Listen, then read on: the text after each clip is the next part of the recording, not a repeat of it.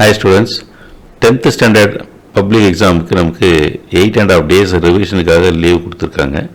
இந்த 8.5 days எப்படி நம்ம யூஸ்வலாக யூஸ் பண்ணுறது, எப்படி நம்ம கம்ப்ளீட்டாக எல்லா சாப்டர்ஸுக்கும் பார்க்குறதுக்கான இந்த நேரத்தை வந்து நம்ம பயன்படுத்துறதுக்காக ஒரு ஸ்டடி சார்ட் கொடுத்துருக்கேன்.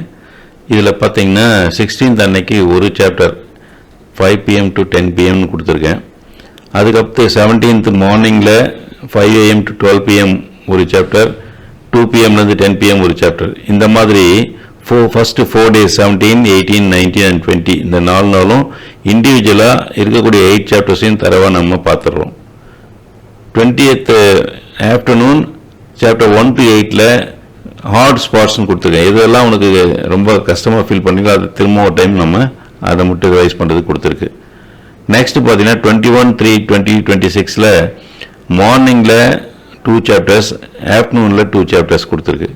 22/3/2026 அன்னைக்கு அதே போல் மார்னிங்கில் 5 AM to 12 PM 2 சாப்டரும், 2 PMலேருந்து 10 PM 2 சாப்டரும் revise பண்ண சொல்லி கொடுத்துருக்கேன்.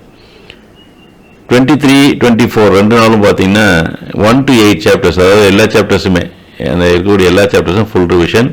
அதே மாதிரி 24th அன்னைக்கு 1 to 8 எல்லா சாப்டர்ஸும் ஒரு ஃபுல் ரிவிஷன். அடுத்து 25th அன்னைக்கு மார்னிங் நம்ம என்ன பண்ணோம்னா இதில் கூடிய எல்லா சாப்டர் கூடிய ஃபார்முலாஸை ஒரு முறை பார்க்கலாம். அதே மாதிரி 1 mark கொஷினை கம்ப்ளீட்டாக ரிவைஸ் பண்ணிட்டு நம்ம எக்ஸாமுக்கு போகலாம். ஸோ இந்த மாதிரி நம்ம கொடுக்கக்கூடிய இந்த சார்ட்டை யூஸ் பண்ணி நீங்கள் எல்லா சாப்டர்ஸையும் தரவாக பார்க்க முடியும்.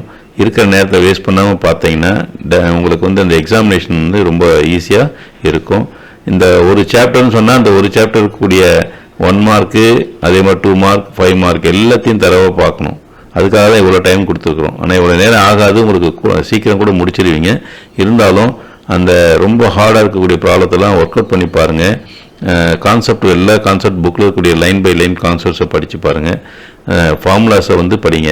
இது வந்து ஒரு கொடுத்த half a dayவில் ஒரு சாப்டர்ன்றது நமக்கு ரொம்ப சஃபிஷியண்ட்டாக இருக்கும். அந்த மாதிரி ஃபஸ்ட்டு வந்து 8 சாப்டர்ஸையும் முடித்த பிறகு அப்புறம் 2 சாப்டர்ஸாக ஒவ்வொரு மார்னிங்கில் 2 chapter, ஆஃப்டர்நூனில் 2 chapter பிரித்து கொடுத்துருக்குறோம் 2 நாளைக்கு.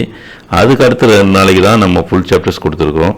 ஸோ நீங்கள் இந்த மாதிரி பார்த்தீங்கன்னா உங்களுக்கு மேத்ஸ் வந்து ரொம்பவே ஈஸியாக தெரியும். எக்ஸாம்லேயும் நீங்கள் நல்லபடியாக எழுதலாம். So all the best. Thank you.